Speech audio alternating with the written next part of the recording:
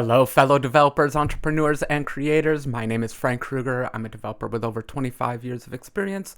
I've been independent for about 15 years now. Today, we are reacting to the We Are No Code channels. I built a profitable AI business in 72 hours.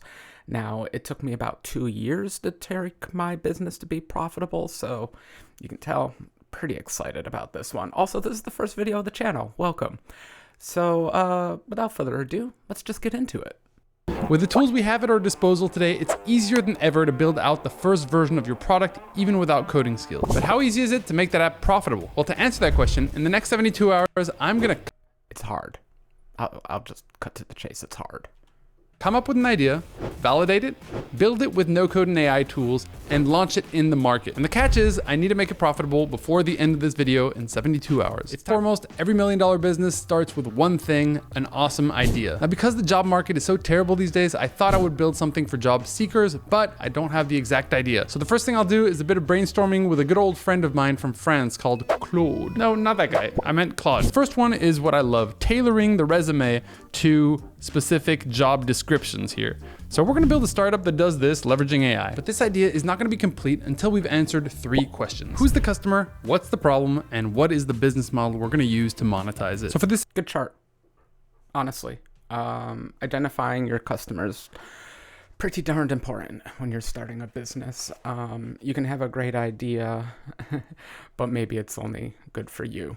It doesn't matter what you think. It doesn't matter what Claude says. The only thing that matters is the customers are interested in it and actually willing to pay to use it. And that's now, unfortunately, with only 71 hours left, we don't have so much time to go out completely cold and start reaching these people to set up. This is why businesses take time to develop. These are good ideas. Smart man here, speaking truths. How in the world can you do that in 72 hours? I don't know. But really, I'm just gonna type names into Namecheap, see what's available, and pick one. So Jobcraft cost $150,000. That's now out of the window. I just found gogetjob.io. I think that's not bad. I would like to have a .com, so I'm gonna keep. This is, yeah. You're putting the cart a little bit ahead of the horse here. We haven't even done the customer interviews. We don't even know if this is a good idea. We don't know exactly what language our customers are speaking at this point. And by language, I mean like, you know, what buzzwords do they use? What jargon do they use? What are they searching for in particular? Don't get caught up in the business name. You can always change that later or come up with a different name. I'm gonna keep searching. I don't know why I find Go Get Job so funny. It's like your mom is finally trying to get you out of the house. Go Get Job. I'm gonna be going with getgetjob.com because I found that domain. And also I think it kind of sounds like DuckDuckGo. And for that, I'm gonna be going to Luca.ai. I'm in Luca.com here and I can just enter the name of the company. So I'm just gonna put in get job here, pick an industry. Then I'm gonna give it some inspirations that I like. I'm gonna pick a color that I like. And now it's gonna generate some for me. So let's. I'm sorry to keep interrupting, but one of my favorite things about watching these types of videos is learning about all these tools. I didn't know anything about Luca. I can't endorse it. He's endorsing it. So far it looks good. A lot of template designs. I'm curious what data they actually give you and how easy it is to set up and modify and all that kind of stuff. But hey, I am here to learn about some new tools, Luca.com. So let's pick one that we like. Okay, I think this one's pretty cool. And then I might want to change the overall color. And now it's time to jump into coolers to create a color palette with what we have. Now we're going to find the actual color palette here. And then we're going to open up in the generator over here. Okay, this is all good. Colors. I don't know, he pronounced that coolers. That's funny. Boy, I'm just going to say it again. Putting the cart before the horse here. We still haven't done the customer interviews, and we still haven't even thought at all about how we're going to build this product, which is a little nerve-wracking for me. Designing, he's doing the fun parts of creating a business. It's easy to come up with a business name. It's hard, but it's going to take you a day. It's easy to come up with a color palette for your business. It's hard to decide exactly what colors you want to use, but it's fun. It's fun to do design. Those are the easy parts. Those are the fun parts of creating a business. He's preloading them all because he's going to try to do all this in 72 hours. But I'm more interested in how he's going to build a product, and we still haven't gotten to those customer interviews. So yeah, don't obsess over this minor stuff. It's not minor. It's important in the end, but it's also the fun, relaxing stuff you can do, because no matter what your customers are going to tell you, most people will be okay with an okay color palette. You don't have to stress over it. So let's jump in and build this thing out. When I come to build, I'm gonna start off with a basic prompt, and I always start this off with just building a landing page. And then from there, I'm gonna be able to add additional pages. So here's the first prompt I'm gonna put in: build a landing page for my SaaS business. Then I explain what the Okay, again, I'm not familiar with this tool. Won't endorse it or say anything bad against it until I see maybe a little bit more of it. You have to appreciate a full stack tool, though. The less tools you have to use, the better in general. The fewer tools you have to use. It's just, you don't want to have 50 subscriptions to 50 different things and log into 100 different places. It's too much. I appreciate that. Again, we haven't gotten to building the actual product yet, or we haven't even defined the product. We only have very vague terminology for it. Users simply need to upload their resume, insert the LinkedIn job they are applying for, and the AI creates a customized resume in seconds. That is the definition of our product. Great. But that's still pretty vague. One sentence, 3 clauses. Back in the day, back when I was building software, I still am. You would write a functional spec, which would be a few pages. The benefit of writing out a spec isn't to appease some kind of business gods out there or anything. The point of a functional spec or a business spec is to just get your ideas down. It's much easier to change your mind and change your ideas when it's just a bunch of sentences on paper than it is after you started building a product, after you started building a landing page and a website. I would spend a little bit more time on this prompt. I'd like to see this prompt be more like 5 or 6 paragraphs at a minimum, discussing your business and exactly how it should work. I said you're putting the cart before the horse, but now the AI is before the cart, which is before the horse. The AI is creating our business for us. It's only 72 hours, so I'll grant it. Maybe this is the way to go. The platform does, and then I explain how it actually does that. Now it's gonna start to cook. We're gonna see that it is creating a landing page here. Here we see introducing Resume AI, get your dream job. That was a lot of code. That was a lot of code for a landing page, but he said he's going to use the same server platform for the product as the landing page. So fine, we're front loading some of the dev. Cool. But that was a lot of code just to get started. A lot of decisions were made there. Your very first few lines of code are basically going to dictate how you code the rest of the application. And because the application's still not well defined, it's going to be interesting to see where this goes. Really adapted a lot of the things. It's grabbed the color palette that we already had. Yeah, here's the problem. Features. These are just hallucinated features from the AI because we gave it a very ill-defined problem. Instant customization. He never mentioned that. Time saving. Yeah, I mean, any automation is going to be time saving. ATS optimization passes applicant tracking systems. That's a big promise. You want to be careful with your promises because users tend to expect you to uphold your promises. Smart highlighting. AI automatically emphasizes your most relevant experience for each application. That's a feature set. I'm curious what feature set he would have come up with on his own after the customer interviews that I'm still not 100% sure he's completed yet. And I do notice that the how it works section wasn't changed, but I actually like to keep it a little bit different. So I'm actually going to ask it to also apply that to the testimonial section as well. Very cool. Yeah, and I like the way that this looks a lot better. Testimonials? Who are these people? I mean, obviously they're hallucinated personas from the AI, but yeah, I don't think it's great business practice to just start making up people and quotes from them.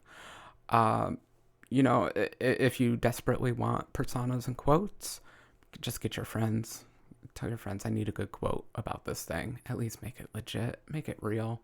Don't lie to your customers on day one. And now I might want to replace specific parts of this. For example, I might want to replace this image. I might want to replace the logo for the exact logo that I have. Please create a file in the code base to host the actual logo and some images. I'm gonna go ahead and press enter for that. As you can see here, it's created assets, and under there's a logo TSX. So much code. This can just be HTML. Okay, so long day, but we got so much done. I'm super excited. For the moment, I've only been doing a lot of the fun stuff. The truth is that the thing that scares me. Long day. Yeah.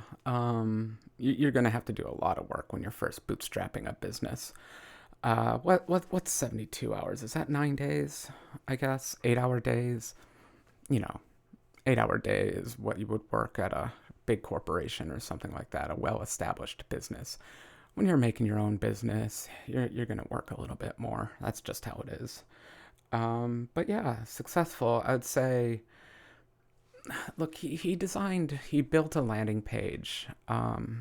That's not the hardest part of running a business. The hardest part is identifying the product and filling in a niche and figuring out your marketing attitude towards your customers. He let the AI do a lot of the important stuff.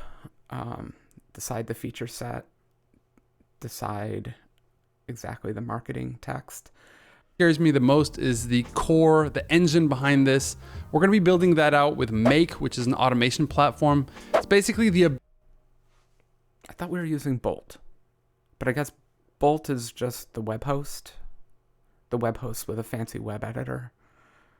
Okay, we're going to use Make. Turns out we're going to use Make. I thought Bolt was going to be an AI tool also.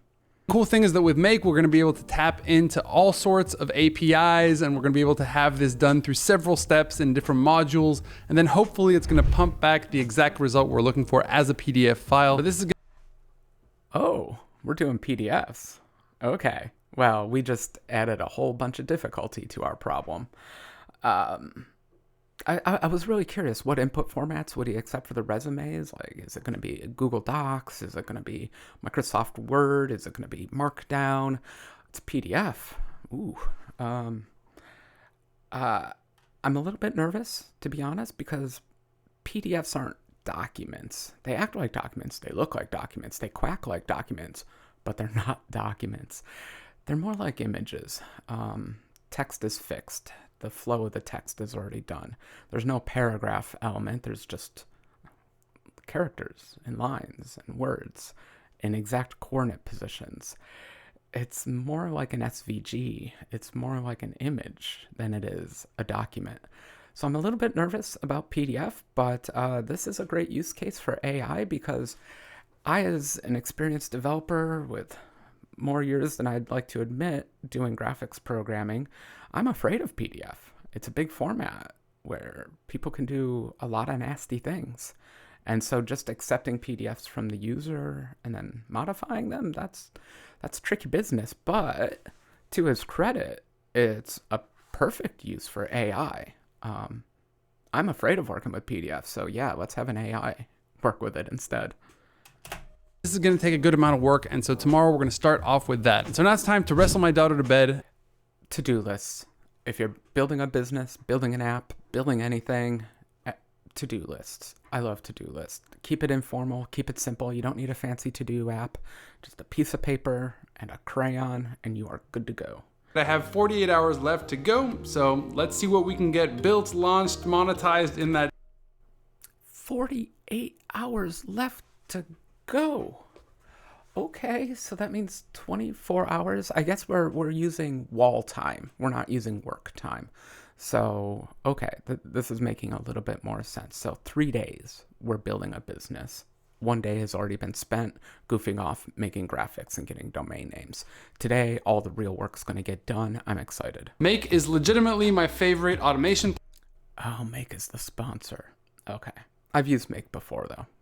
Good product.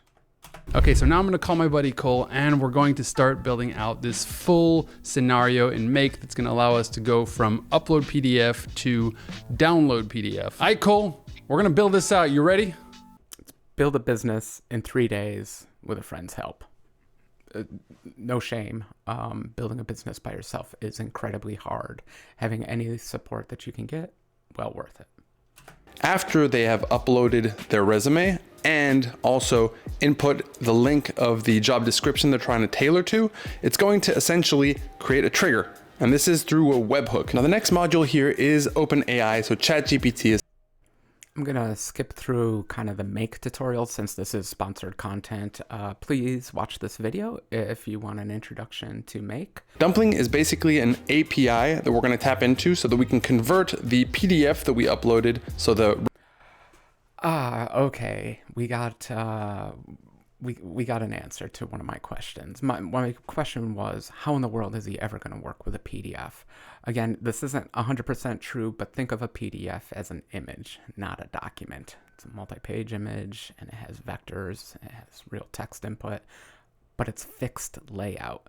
So he's going to work around that problem of actually reading in the PDF by using the Dumpling AI.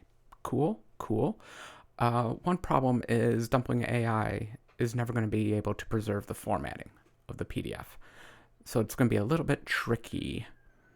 If the assumption is the user spent a lot of time making a beautiful resume PDF, then all that beauty is going to be tossed out the window, because I highly doubt this is ever going to be able to recreate any sophisticated amount of formatting. Simple formatting, sure. Sophisticated? resume that was uploaded into text. This is going to be connected here. Now this next step here is going to be a scraper, a data scraper that's going to basically grab that job inside of LinkedIn, and it's going to get all the information out of that job. Look, I said I wouldn't go through the make tutorial part here, but be careful when you're scraping web content. I know it's a popular and easy thing to do, but oftentimes licenses don't allow for it. Just because you can steal doesn't mean you should steal. I'm not saying that's what's happening. I just don't know the LinkedIn licensing information.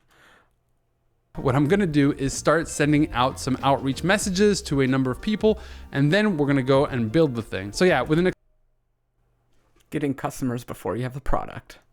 Welcome to 2025. Probably wondering how I'm gonna go and get first sales. If I only have, 42 hours left in this challenge, probably the best way to do it is through outbound. So we're gonna target the exact people we wanna go after, who we think this could. This video is a rich cornucopia of other services and tools that you can pay for and use. It is a SaaS world out there. How exciting. It's only... I still keep thinking about costs. This could really help, and we're gonna shoot our shot without coming across as being too salesy. And I know what you're thinking. No, I will not be using my list, my social following, or any of the benefits that I have as an influencer. You should, though. If you have any kind of social following and you are creating a business or a product or an app or anything, use those. I applaud him because he's trying to demonstrate the idea of building a business in 72 hours. But in reality, you exploit your friends as much as your friends are willing to be exploited.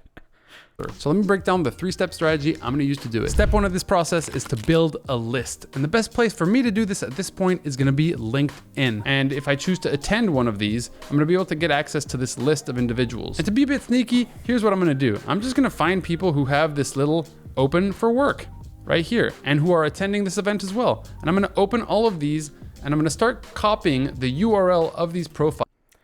Okay, I'm slightly shocked, but okay. If you're on LinkedIn, you have a public persona, expect to get spam from everyone, basically. Especially if you're open to always connect, I guess. But at the same time, this is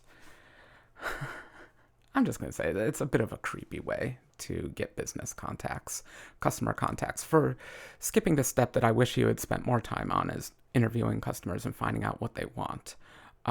Instead of interviewing them and asking them, it sounds like he's just going to do a good old telemarketing cold call with email, but it's a cold call. It's just going to spam them, basically. as someone who receives far too much email during the day, I just hate spam and spammers. But yeah, I get it. If you're working from zero, you might have to resort to these kinds of tactics.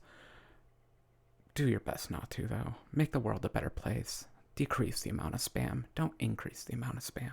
Enrich this list, meaning that I want to get all the information about these individuals. I want to get their email. I want to verify that email. I might want to get their phone number, all of that so I can do highly personalized, Also known as personal information. He's doxing all these people. Great. outreach to those individuals. So to do this, I'm going to jump into Outbound here, and I'm going to create a new table. This is going to import all the information about these individuals, basically their entire profile. So if I double click on this, I'm going to see what's coming in. And now we have everything here from their summary. That's a powerful tool. I think he should be sponsoring his own video. Check the licensing on all this stuff. Wow. To their experience. And for the next step, I'm going to grab the company LinkedIn URL profile. I'm going to add that. And I'm going to do that because I now want to grab all the information about the company. Why? Well, because I want to get their email. And in this case, this is going to be the best way to do it, to actually grab the actual profile. Notice that was a proxy curl. You can't curl these things because you would get banned. I'm going to create a prompt. In this case, I'm going to give it a role, I'm going to give it a goal and a specific set of instructions. So let's just start right here. You're a sales professional with 10 years experience. Please write out a 2-line casual email asking if they're currently open to for opportunities as, and then we're going to reference the summary. Make sure to reference the position they have experience in, then mention that you've just created an AI assistant. Is that a white lie or just a full-on lie that you've created an AI assistant? Because we haven't seen this AI assistant work yet. Yeah, okay.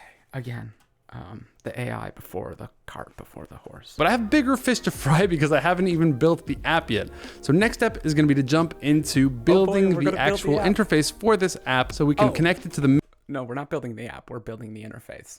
If you haven't built an app before, generally you can break it into 2 parts. There's the logic, the thing that does the thing, the problem solver, the code that actually takes in input from the user, does something crazy to it, maybe over time, and then outputs something. That's a classic program. The user interface, the website, is just the lipstick on the pig. That's a bad analogy because the website can be beautiful, and your engine can be beautiful, and your logic can be beautiful.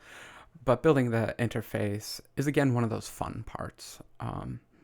It's also good to do this early on, especially when you're deciding what features your product has, is to build out the UI. I like to practice a little thing called UI-driven development, where I actually just sketch out the UI and I think through all the steps the user is going to take in order to accomplish their tasks. It's good to do that before you start doing any real coding, because otherwise you might spend your time doing a bunch of coding or no coding or vibe coding on features that you'll never use. So I applaud him for going to the interface. I do like that. I just wish the order was a little bit different. I wish building out the interface was back on day 1. I think it's better to get the product kind of nailed down as early as you can before you start spending engineering effort and time on it. The make engine, which is going to do all the hard lifting for us. And for that, I'm going to jump into Bolt, but there's still the question of authentication. There's the question of the database, connecting that, making sure everything works. So it's a pretty stressful moment right now. So I'm going to write out, please create a dashboard page that people will reach by clicking the CTA, which is the call to action, the try for free. CTA? Yeah, this guy has a marketing background or an SEO background. For free. And now we are talking, my friends. This dashboard looks pretty good, and this was really just the first try, so I could do all sorts of adaptations from here. As you can see, create new optimized resume. Here, if I click on this, it actually works. It's an uploader. And then here on the right-hand side, paste LinkedIn job URL. I think this is actually really good. And then underneath here, we can see the optimized resumes. I like that as well. And then nothing happened. I thought the whole point here was to generate a whole bunch of cover letters all at once. Why are you going to make the user paste in a bunch of URLs one at a time? It should be like, I don't know, managing that list of jobs you're interested in. That seems something, if you're going to scrape anything from LinkedIn, scrape that. This is again why I think UI-driven development is important. He just allowed this AI to spit out some UI for his app, and he's just like, yeah, cool, let's make the app work that way. I don't think this is a good UI. I'm just gonna say it. Upload your resume, fine. Even though I feel like that's probably already on LinkedIn also. But pasting in one job at a time, I thought we were gonna create like 25 resumes, 50 resumes. That's a lot of work for the user. Seems like there's nothing behind here. When someone clicks on the resume section, please have a list of the optimized resumes exactly as they appear on the dashboard under the create new section. Okay, so it's literally done exactly. So let's just ask it to take out this section. Excellent. This is exactly what I was looking for. So now we have dashboard here. We have my resume here. We have saved jobs. Okay, now here comes the tough part. Okay, so when someone uploads their resume, paste the job description. This is cool. I like this bolt.new. Seems like a cool way to create websites. I'm just laughing at the default resumes. This person is both a senior software engineer and a product manager. Now, a lot of senior software engineers become product managers. That's a kind of normal trajectory for someone's career. But not when you're applying for a job. Pick one. It's so scatterbrained, but that's how AIs are. When they're not constrained, AIs are just free to hallucinate and make up whatever garbage they want. Description and clicks on optimize revenue right here. I would like the link and the file to be stored in Supabase. Optimize revenue, little Freudian slip there. Just a little one. And to trigger a make.com automation. This automation will send back the optimized resume into Supabase and should show in real time in Bolt.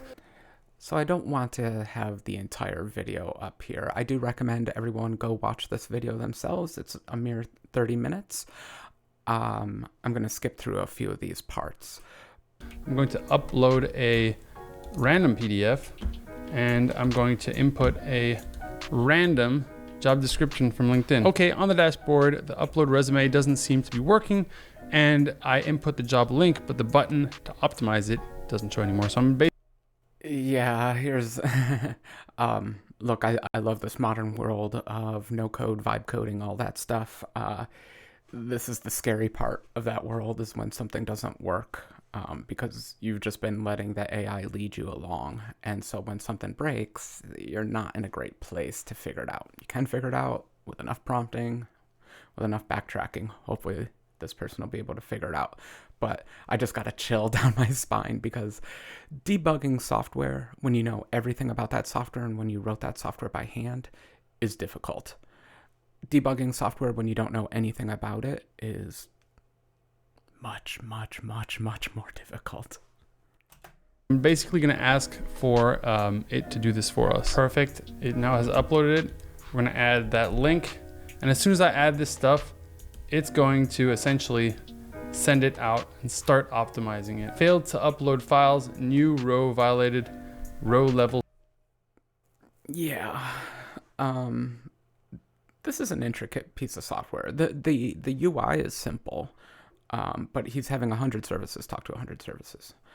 And security is incredibly important, and having a good security model is very important in an application, especially when it's exposing so much personal information, people's names, addresses, loves, likes, aspirations, goals. Those are all in a resume.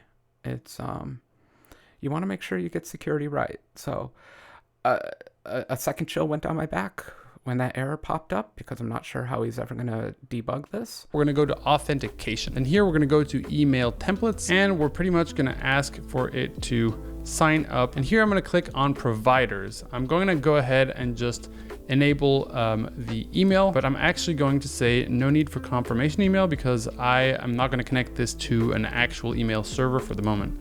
So that's going to be pretty much it. But as you can see here, you can connect it to all sorts of other login. Sure, he'll spam you, but he's not going to run an email server. Priorities. So we could have Google as an authentication method if we wanted to. Okay, so I now just asked it to create authentication using GitHub and also via email. So let's go ahead and try to sign up. I've now logged in, and I'm going to be able to test out whether or not the information that I upload here. The CTA exposed his little. We all live in little bubble worlds, right? where we all speak our funny little jargons, but his choice to use GitHub as an authentication mechanism, that says that he's also lived in the software development world. So it's funny, he's lived in the software development world, but he's not a developer. Interesting. Fun facts. So he's an SEO person in the software world. I'm going to be asking it, how would you like to start? Let's go ahead and see what it says. It's giving me detailed instructions here. Hopefully, if How would you like to start, boss? and it's late. I've been working all day. I feel exhausted and defeated. We're not able to get this thing working. Nothing else matters. If we don't get responses tomorrow from some of the people we did outreach to, nothing really matters because we can't make it profitable. If we get some responses, at least we're going to be able. Can't make it profitable in 72 hours. I do believe the spam's going to work. Otherwise, the world wouldn't have so much spam. Again, I love all his tips, but building a business in 72 hours is absurd. This is just part of the startup journey. There's just moments where you're just like, you don't see the end of the tunnel. Have a good night. Take a break, take a shower, go play with the kids, walk the dog, do anything other than work on the business. Burnout is real. Burnout will happen very fast. If you're serious about creating a business, then you got to keep yourself healthy. And you're going to think best when you're not thinking about the problem. That sounds a little silly, but it's true. It's good to have the process spinning in the back of your head. We have a broken product at the moment. I'm trying to sync that database. At least he has a product finally. It's broken. A lot of products are broken in the early days. I'm just happy he has a product. That took about 4 hours, my entire morning basically, but I have such great news. I was able to fix it. It was a problem. That's nothing. That's nothing. I've banged my head against the desk for weeks and come out with nothing. So 4 hours, welcome to development. In the database with the edge function, blah, blah, blah, blah. Coding language, weird. But I went digging deep and I tried all the different solutions. Finally, I was able to just start from scratch with Supabase. So it's finally working. Let me show you the finished product. Oh, that's a common refrain with no code, vibe coding. So in software, we generally use something called change management software or version control, where every time you make a little bit of progress, you create kind of a snapshot of all your code. And then when you go mess around with things, maybe you break it, you can revert back to older snapshots. It is a common thing. It happens all the time in software.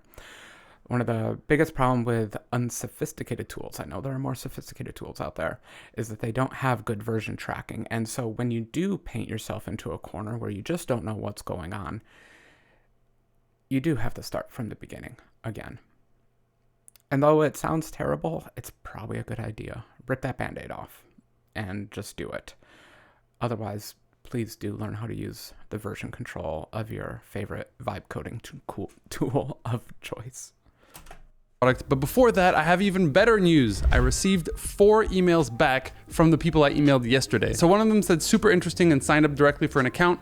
The other 3 just said, oh, interesting, I'll check it out, but I see that they did not yet create an account. And so my strategy here is gonna be to give these people a discounted annual plan if they wanna take advantage of it now. Marketing boss. I can learn a lot from his marketing skills. I don't appreciate the spam, but I'm not great at marketing, and I'm appreciating his gumption, his go-get-itness. Go get those sales.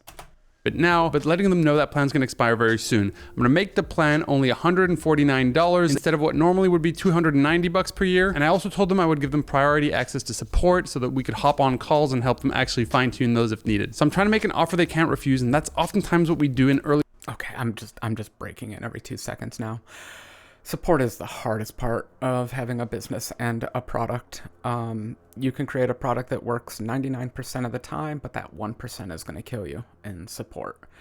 A lot of your effort after you create the product will be support. Now, I like his gumption of just talking to the customer and working through those problems, especially in the early days. That's very important. Another trick you can do is make sure the product is well tested before you start deploying it to customers, but that's not the route he's going. He's going the other way. Good luck. early stage startups. It's basically doing things that are not scalable so that we can figure out the things that do scale. Now let's jump into the meat of it, and I'm going to show you how this actually works. Here, if I click on upload resume, I'll be able to select a resume. So this is Abigail Hall. She is a business analyst. I'm going to go ahead and upload that, which is as a PDF. Don't be showing people's addresses on the internet. Come on, man.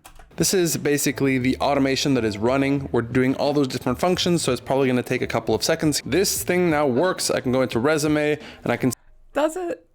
Where's the resume? Okay. Here's the resume. see all the resumes I've created. So today I create 5. I'll be able to see them all here. There's also a short description of the actual job that we applied for. This is the employer in this case. And up here on the top right, you're going to be able to see that we can log out as well. These are table stakes, by the way. Authentication, logging in, logging out. If you're going to do software as a service, you have to have those. Don't be too proud of them. I want to see what the app actually does. No one's going to pay for logging in and logging out. You've optimized. So we now have it built, which is a huge accomplishment, but we now need to go ahead and get paying customers. And that scares me more than anything. Okay, so I don't think we're going to get to see a resume. And that's because I'm not convinced this is working. Or at least, is it doing a cover letter? Is it rewriting the resume? I'm really curious what this puppy is actually doing. We've built the shell. We've built the user interface for an app, and the user interface seems to be functioning, but we haven't seen the app actually work yet. The service, the software as a service. And really, just going back to my point from way back in the beginning, I really want to see if it's able to preserve the formatting in the PDF, because Abigail there obviously had a very distinct style to her resume. And I want to see if the AI was able to replicate that style, or if it's just going to blurt out some markdown Helvetica nonsense. Anything. So let's get back to work. Guys, we did it. We got a sale, 99 bucks. Let's go. Obviously, it's probably gonna cost me more to fulfill on that because I have to spend some personal time helping this person. But for the sake of this video, I'm super Okay, congratulations on the sale. You're definitely a better marketer than I am. Bravo. But he already admitted he's going to take a loss, because I have a feeling this service doesn't actually work. And I have a feeling he's going to handwrite this resume, or at least copy and paste some stuff into ChatGPT, or Claude in his case. That's not a good way to start a business. You don't want to be manually doing things. If you are selling a personal service, he even made fun of this in the beginning. He said it would cost a lot of money to hire someone to write cover letters and customize your resume. And it sounds like that's exactly what the business is he's just created. So congratulations on the sale, but boy, I would refund that customer's money. Or at least, oh boy, he's really put himself in a corner here. Imagine if he had 10 sales. Now he has to work on 10 resumes. And what if that person puts in 100 job postings? Now he's got to do 1,000 resumes. Yeah, you'll wanna turn off the new account feature right away if you are taking these kinds of losses. super stoked to get this first sale. It means everything to me. And we still have 2 other people who just answered the email, so hopefully we can even get more before the end of this challenge. You're not gonna believe it. I got a second sale, 199 bucks for the annual plan. Check it out. It just landed. Thank you so much, Brian, for it. Super stoked to be working with you. Again, not gonna be that profitable because I actually have to fulfill on this stuff and be present as part of it, but man, a sale is a sale. That's 2 sales. Let's try to close a lot. A sale is not a sale. A sale is a sale when you have a product and you just went through a lot of effort to get it. He doesn't have a product. There's no product here. He's taking people's money with a non-functioning product. It's just not how I would run a business. It seems a little backwards. Close the last one before the end of this challenge. We only have a couple of minutes left in it. Let's go. Time is up, my friends, and the challenge is over. All right, time is up, and I think I should stop here too, because I think I've made my piece here. I really appreciate this video. This is obviously a hardworking gentleman who has a lot of background in SEO and marketing and maybe even sales.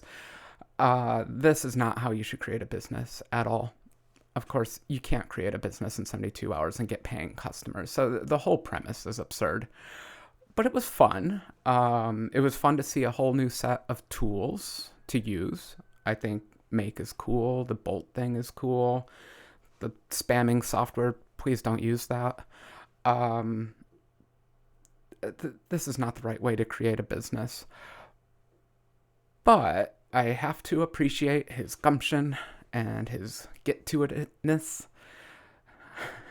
But that's about the only compliments I can give. I hope he will keep working on this and maybe take a few lessons from it and maybe work more on the product. He said he already has 2 businesses besides this. You can really spread yourself out to way too thinly across businesses. If you create a business every 72 hours, you're going to have more businesses than you can handle, especially if you're handwriting people's resumes and hand formatting them. I don't even know how he's going to do that. Like I said, working with a PDF is not easy. So thank you for watching this video. This is one of my first videos. I hope I wasn't too critical. It was fascinating. A fascinating look into creating a business from a marketer's, salesman's point of view versus mine, which is always an engineering point of view. I hope that you'll tune in for more episodes. Maybe next time we'll see an engineer's approach to all this, or maybe we'll stick with the marketing people. I don't know. Write into the comments below. Like, subscribe, hit the bell, all those YouTube things. Thanks for joining. See you next time.